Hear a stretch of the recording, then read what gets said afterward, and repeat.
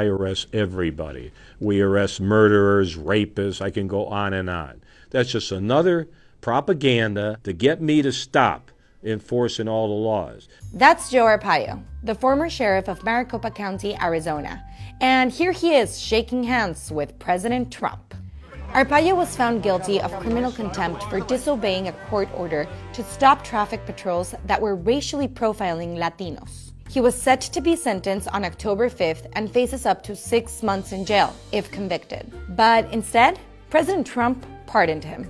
During his run for the White House, Trump visited Arpaio's hometown of Fountain Hills to convince the people of Arizona to go out and make sure he gets reelected. Sheriff Joe, I want to thank you. You have some sheriff. There's no games with your sheriff, that's for sure.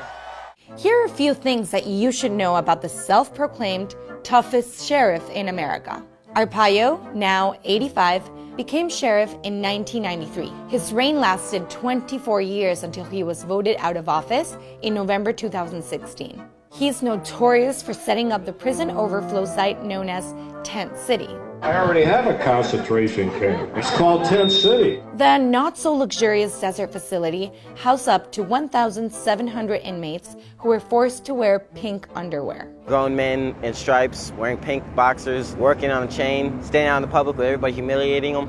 Temperatures sometimes climbed to 120 degrees, and inside the tents, they could soar to 145. Heat like this melted the shoes right off the inmates. I'm not ashamed to say it. They did something wrong, they're going to be punished. The food was no better. We eat pig slop every day, not even fit for animals. He also implemented the first ever female chain gang there. Arpaio's practices have received criticism from an array of organizations. In 2008, the ACLU won a lawsuit against Arpaio. Quote, Arpaio routinely abused pretrial detainees at Maricopa County Jail by feeding them moldy bread, rotten fruit, and other contaminated food, housing them in cells so hot as to endanger their health, denying them care for serious medical and mental health needs, and keeping them packed as tightly as sardines in holding cells for days at a time during intake. The sheriff was ordered to follow the ruling, which required him to end overcrowding, improve medical and mental health care, and provide food that meets the U.S. Department of Agriculture's dietary standards. Maricopa County requested a lift on the ruling but was denied, with an ACLU attorney noting that the jails have a long way to go. They did. Arpaio's office has paid millions of dollars over the years in wrongful death settlements after denying inmates proper medical care. Never will I let people out early on the excuse that there are too many people in our jails.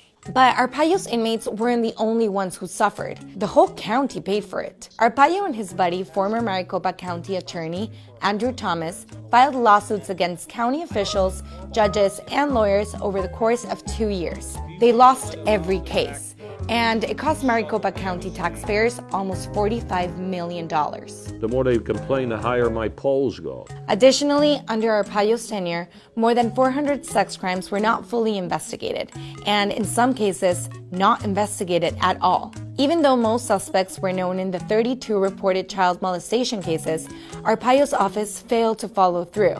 After public scrutiny over the case, Arpaio came out from the shadows and said, "If there were any victims, I apologize to those victims."